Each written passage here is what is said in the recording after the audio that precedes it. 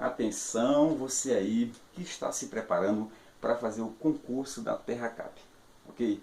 Essa prova será, quer dizer, as provas serão realizadas no dia 7 de maio e 14 de maio de 2017, respectivamente para os cargos de nível médio e superior. Então, nesse instante aqui, eu vou dar sequência ao nosso estudo aqui, né, do Estatuto Social da TerraCap.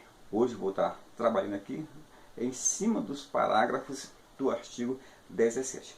O artigo 17 eu tratei na aula passada.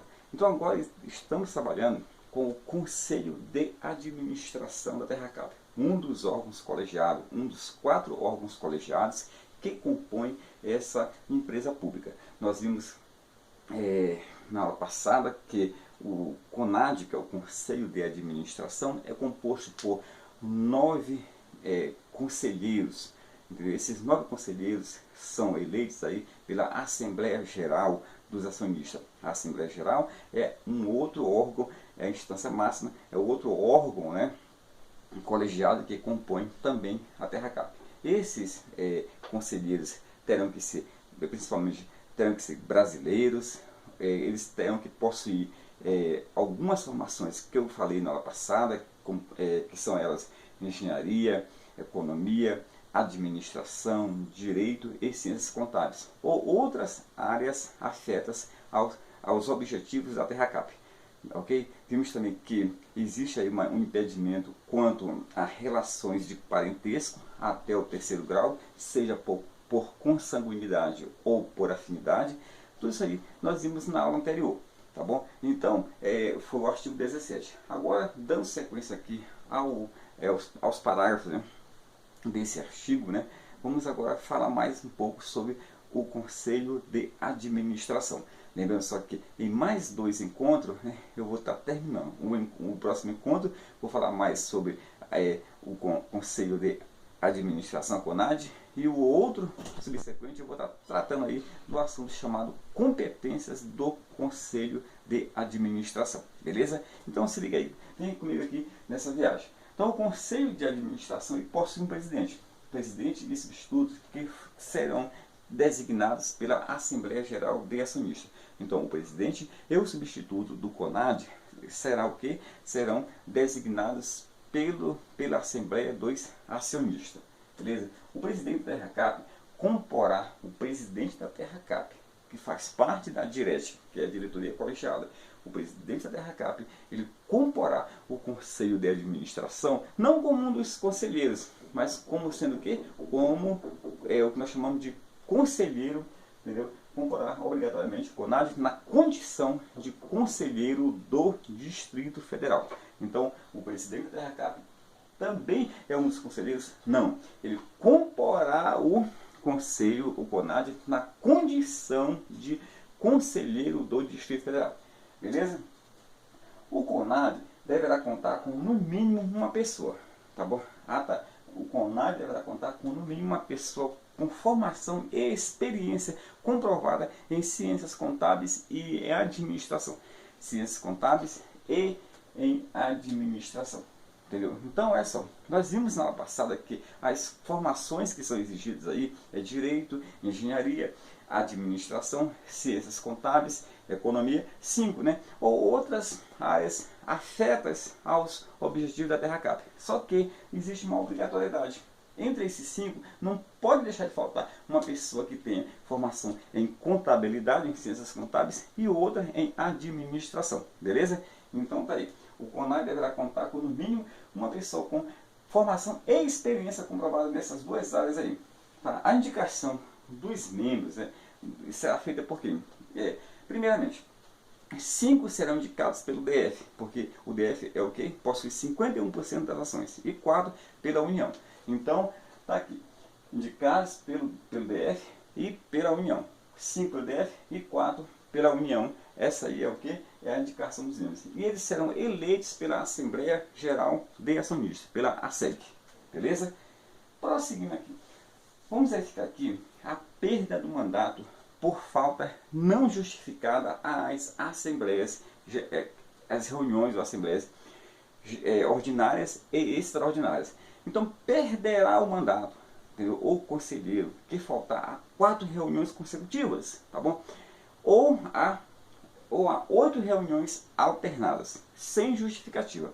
Isso aí, tanto nas reuniões ordinárias quanto nas extraordinárias. Tá aqui, ó. Então, aqui é um motivo aí para a perda do mandato. E lembrando só que, muito embora o conselheiro justifique a sua ausência a essas reuniões, né, e seja aceita, o que ocorre é que isso aí não valerá para efeito de remuneração. O que quer dizer isso? Que se ele faltou àquela reunião, ele não será remunerado, entendeu? Só porque apresentou a justificativa. Tá? Então, está aqui. E o prazo para ele apresentar essa justificativa tem um prazo, não é daqui a um mês, não. É 10 dias corridos após a realização da reunião. Então, muito embora ele tenha uma justificativa que venha a ser aceita como sendo um motivo, né, para que ele não perca o mandato, né, por falta, ele terá que fazer isso aí no prazo, no lapso temporal de 10 dias após a reunião. Beleza? Então tá aqui, falei para você.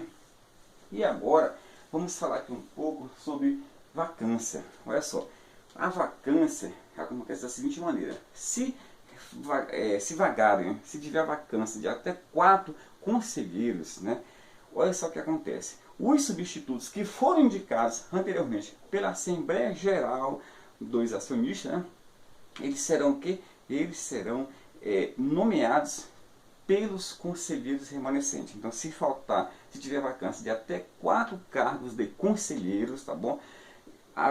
Os substitutos serão nomeados pelos remanescentes, pelos conselheiros que ainda estiverem, tá bom? Devendo aí também obedecer esses conselheiros substitutos aqueles mesmos requisitos, né, da aula anterior, brasileiro, né, somente que é brasileiro, é apenas brasileiro, tá bom? Não vai confundir brasileiro nato e naturalizado, não falou isso aí o artigo, tá bom?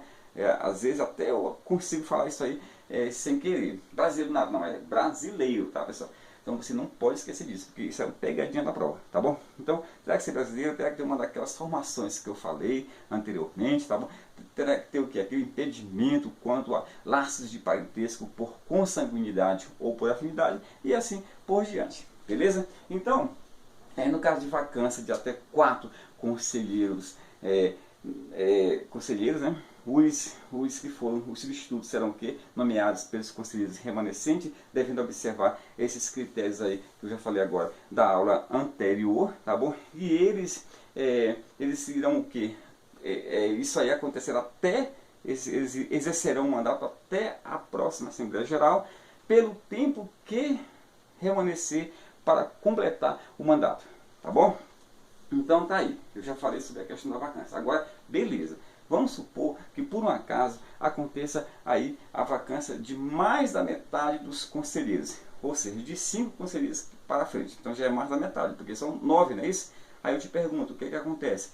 Esse aí será um daqueles motivos urgentes lá do artigo 44, inciso 5, que vai ensejar a convocação de uma Assembleia extraordinária para a eleição dos novos conselheiros, beleza? Então, muito embora aí o nosso parágrafo 8º não mencione que será convocado uma Assembleia Extraordinária, mas será convocado, porque uma vez que já vagou aí mais da metade dos conselheiros natos, será convocado uma Assembleia Extraordinária para a eleição dos novos conselheiros. E como eu já falei, você tira isso aí de maneira implícita, até porque lá no artigo 44, inciso 5, fala que será convocado reuniões extraordinárias para o quê? Em caso de motivos de urgência. Beleza? Então tá aí, pessoal. Falei para você aí mais um pouco aí sobre o Conselho de Administração, tá bom? E na próxima aula vamos fechar essa parte aí de regras gerais sobre o Conselho, o CONAD. E na outra aula vamos falar sobre a competência do CONAD. Tranquilo? E agora, não poderia deixar de falar para você aqui, até porque as pessoas pedem, tá bom? Se você já terminou a aula, quem não quiser escutar o que eu falo agora, pode parar, né? Mas eu vou te falar aqui uma coisa, cara, é super importante resolver questões da banca Quadrix de raciocínio lógico 250, todas comentadas para você, sem situar, tá aqui, ó, todas as questões de provas, até as últimas provas eu comentei, são 250 questões, todas comentadas, material, cara, imprescindível na tua preparação para o concurso da TerraCap, tá bom? Seja para nível médio, seja para superior. Você poderá comprar esse material comigo. E também tem aqui, ó, Ana Paula e a Alexandre Amorim fizeram aqui 200 questões, cada um fez 100, pegando toda, quer dizer, pegando aí as últimas provas de português e de informática. Tá bom? E dia 31 de março eu estou anunciando aqui o lançamento do meu material de legislação, do Estatuto da TerraCap e do Código de Ética aqui do Distrito Federal. Questões comentadas para você, beleza? Então se você quer adquirir meus materiais, é na Banca Estrela em Taguatinga Centro, 3563-5063, Banca da Rodoviária no Plano Piloto, 3225-1438, ou você poderá adquirir comigo em PDF, um pouco mais barato, né? Que pelo WhatsApp 991990866. Muito obrigado.